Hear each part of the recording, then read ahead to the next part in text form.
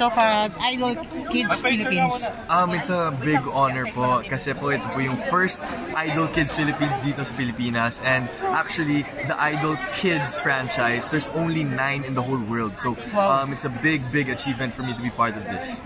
Okay, and kinakabahan ka ba? Siyempre, this is your first time ba to host show like this? Yes, it is a first time to host a show like this, pero I'm very excited to be part. Of course, there's nerves kasi syempre it's a big production, but I'm just so proud na I can be part of this, something big like this. Kasi syempre competition sa mga bata, ikaw ba may kaba ka rin para sa mga batang nasa ano dyan? Syempre kasi diba, very emotional sila minsan definitely.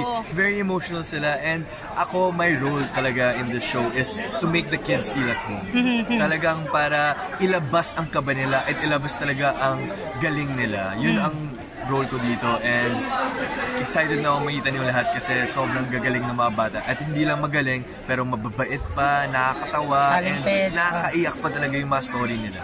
You're part of PBB, tama ba ako? Anong feeling ngayon nakalabas ka na and yung mga trabaho ka nang ginagawa?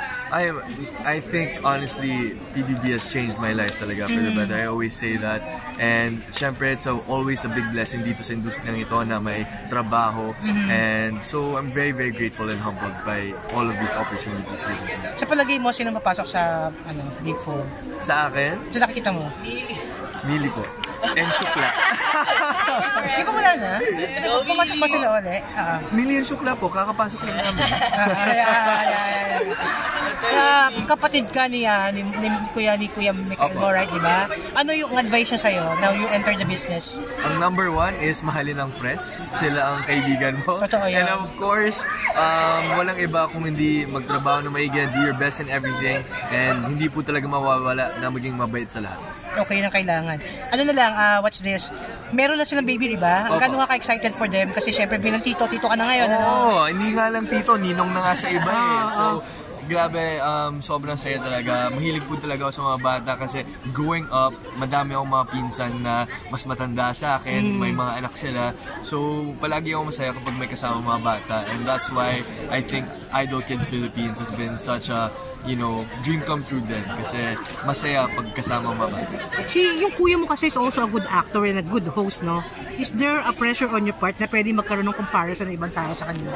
Actually, it's an inspiration, and if anything, I am honored to be likened to my brother kasi sobrang galing niya, and ulitin ko to, hindi ako mapapagod kung wala pong Mikael Diaz, wala pong Emilio Diaz. Wala ka bang girlfriend right now? I am very happy. Okay, ano na lang ang message for your fans na was there for you na?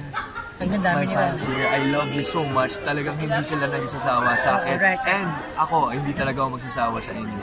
I love you guys so much. Please continue to support me. Marami pa tayong pasabog sa inyo. Maraming salamat. Picture, papakuha na.